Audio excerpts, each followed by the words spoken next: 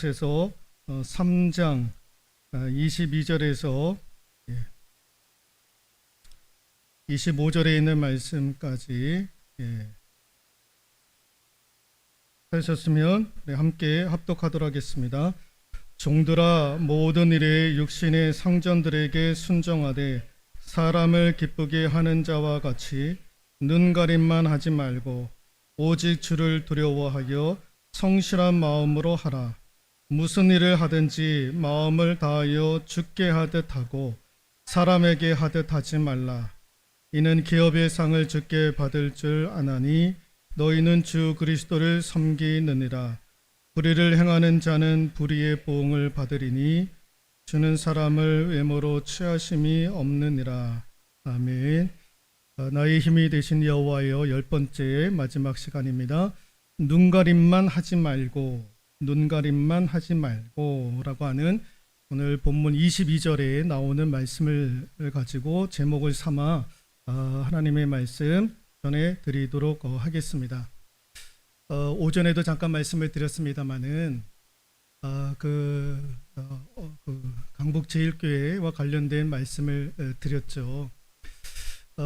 목회자의 설교를 한 번만 해드리기 위해서 교회 건축이라고 하는 얼토당토하지 않는 그러한 결과를 가지고 교회를 건축하는 일들이 실제로 있었던 거예요. 하물며 여러분, 저와 우리 교회는 70주년을 맞이하여 교회 건축이라고 하는 비전을 선포를 했고, 그때 우리는 모두 순종하여 그 일들을 감당하기를 소망했던 것입니다. 그 일들을 감당할 때에 여러분, 우리가 하나님께 은혜와 감사와 한마음을 가지고 기도하면서 그 일들을 이루어갈 수 있기를 소망합니다. 그런 일들이 우리 교회 가운데에 놀라운 일로 집행되어질 수 있기를 소망하는데, 이런 모든 일이 다 그렇습니다. 무슨 일을 하든지 눈가림으로 하면 안 되는 거예요. 누가 보니까 그 일을 하고, 안 보면 안 하고, 그런 일들이 우리 가운데 있어서는 아니 되는 거죠. 오늘 사도 바울이 골로새 교회를 향해서 하셨던 얘기가, 그 당시에도 무슨 일을 하려고 하면은 사람의 눈치를 보고 했던 거예요. 눈가림만 했던 거죠. 사람을 기뻐하기 위해서 그 일들을 했던 것입니다. 근데 그 사람이 기뻐하지 않으면 아니하고, 그 사람이 기뻐할 만한 일이면 그거 하고, 안 그러면 안 하고, 기분 내키는 대로 했던 일들이 있었던 거예요. 기분 좋으면 하고 기분 나쁘면 안 하는 그런 일들이 있었던 거죠. 그래서 눈가림 하지 말라, 그렇게 하지 말라. 여러분, 요한계시록 2장 10절 같이 한번 읽어볼까요? 내가 죽도록 충성하라. 그리하면 내가 생명의 면류관을 내게 주리라. 여러분, 네가 죽도록 충성하라, 이게 무슨 말입니까? 누가 보든지 안 보든지 충성을 다하라는 거예요. 최선을 다하라는 거예요. 네가 죽도록 충성하라. 눈가림만 하지 말고 최선을 다해서, 누가 보든지 안 보든지 간에 최선을 다해서 그 일들을 할 수 있어야 된다라는 거예요. 이 표현을 오늘 사도 바울이 이렇게 얘기를 하죠. 죽게 하듯 하라. 죽게 하듯 하라. 윌리엄 버클리라고 하는 신학자가 있습니다. 이번에 이제 신학 주석을 했는데요.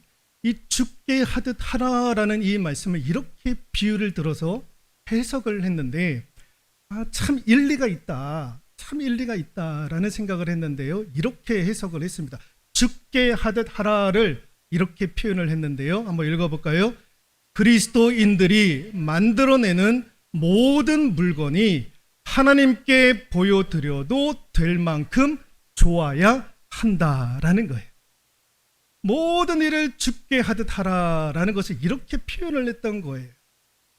여러분, 이게 좀 이해가 가시나 모르겠습니다. 그리스도인들이 만들어내는 모든 물건이 하나님께 보여드려도 될 만큼 좋아야 한다라는 거예요. 예를 들면 이런 거죠. 학생들이 공부를 하는데 하나님께 보여드릴 만큼 열심히 공부하느냐라는 거예요. 직장에서, 일터에서 일할 때에 나의 그 일을 하나님께 보여드릴 만큼 열심히 하고 있느냐라는 거예요. 교회에서 귀한 사역들을 감당하고 있을 때에 그 사역을 하나님이 보실 때에 하나님께 보여드릴 만큼 최선을 다하고 있는가? 이게 죽게 하듯 하라. 이 표현을 윌리엄 바클리가 이렇게 표현을 했던 거예요. 하나님께 보여드려도 될 만큼 좋아해야 된다라는 거예요. 그러니까 무슨 일을 하든지 이것이 하나님께 보여드릴 만큼 내가 최선을 다하고 있는가? 열심히 다하고 있는가? 기분 좋으면 하고 기분 나쁘면 안 하고 관계가 좋으면 하고 관계가 깨어지면 안 되고 안 하고 이런 일들이 있는 거예요. 여러분, 한국교회가 이렇게 힘이 없는 이런 시대를 본 적이 없습니다. 왜 한국교회가 힘이 없는가? 여러분, 두 가지의 말씀이 강단에서 선포가 되어야 되는데 그게 뭐냐? 하나는 책망입니다. 책망. 또 하나는 뭐냐? 위로와 소망인 거예요. 근데 오늘날 한국교회에서 강단에서 사라지는 것이 뭐냐? 이 책망이 사라지는 거예요. 뭐만 남아있느냐? 위로해주고 소망을 주고 비전을 품게 하고 웃게 하고 재밌게 하고 이런 것들이 있는 거예요. 책망을 하는 설교가 메시지가 사라지기 시작을 했던 거예요. 왜 그럴까요?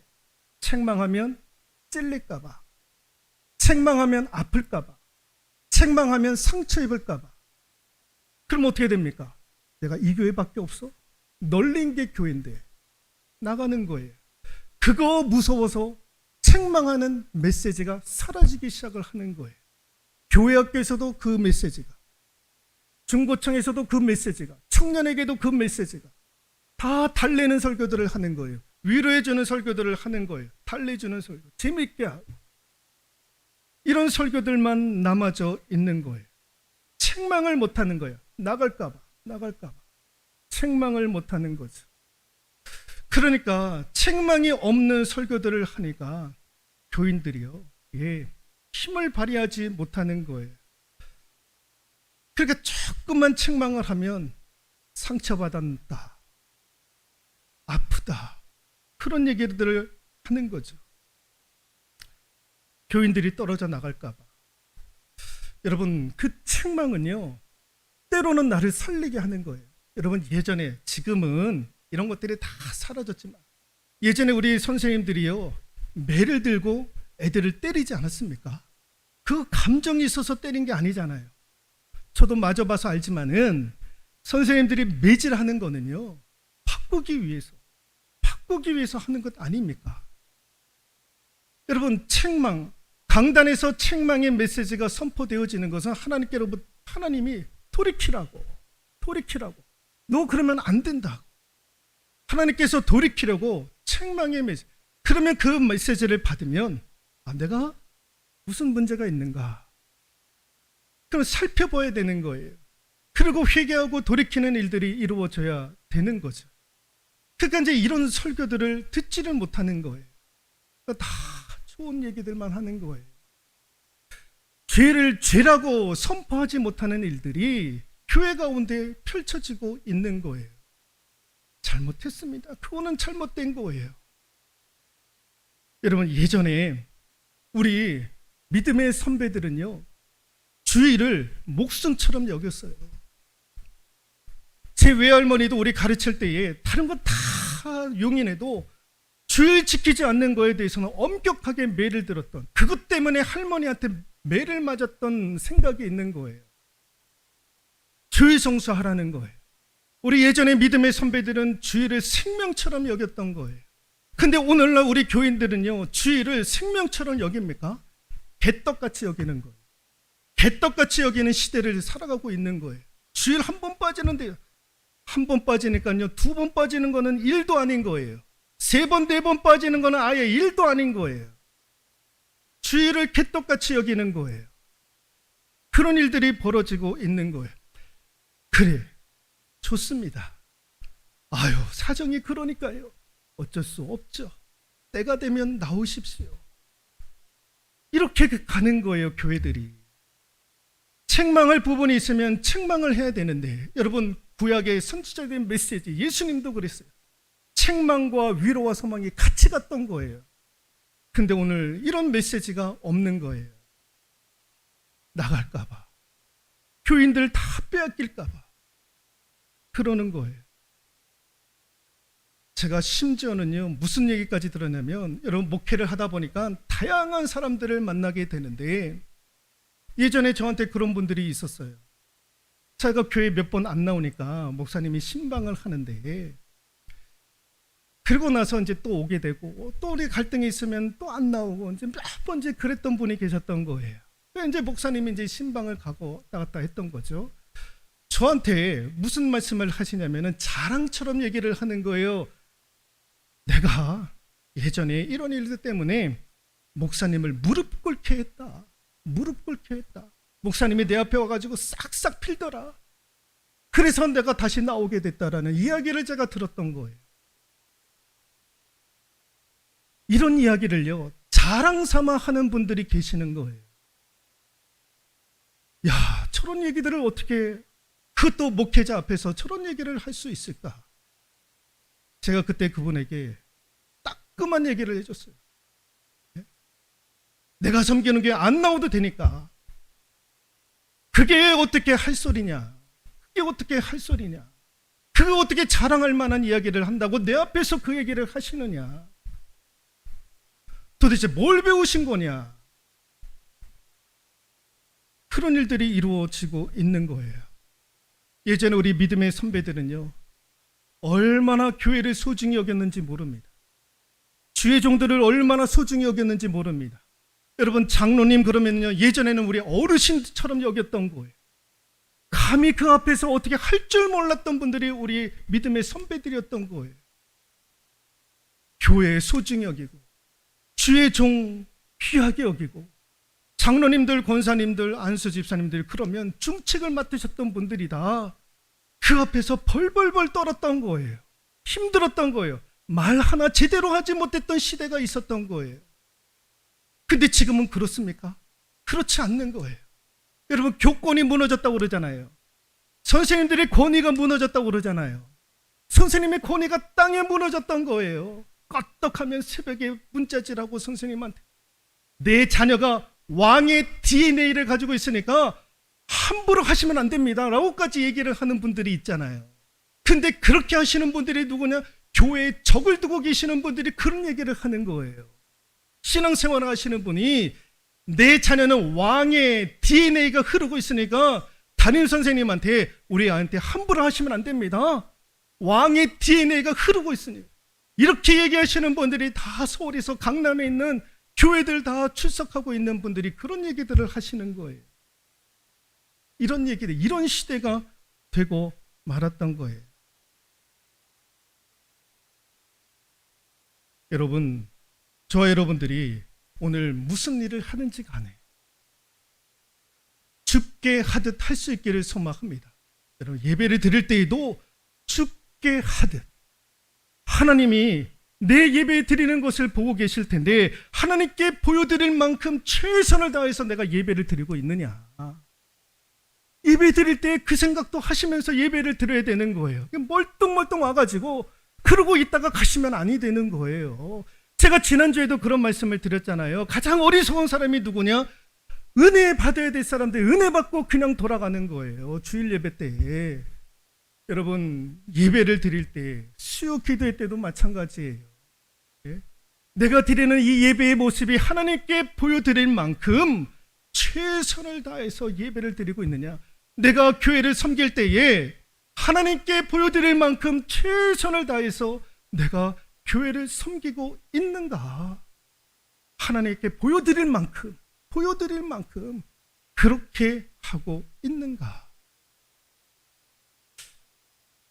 화면에 보시면 최의숭 장로님이신데 데이그룹 회장이시고 지금은 이제 은퇴를 하셨습니다.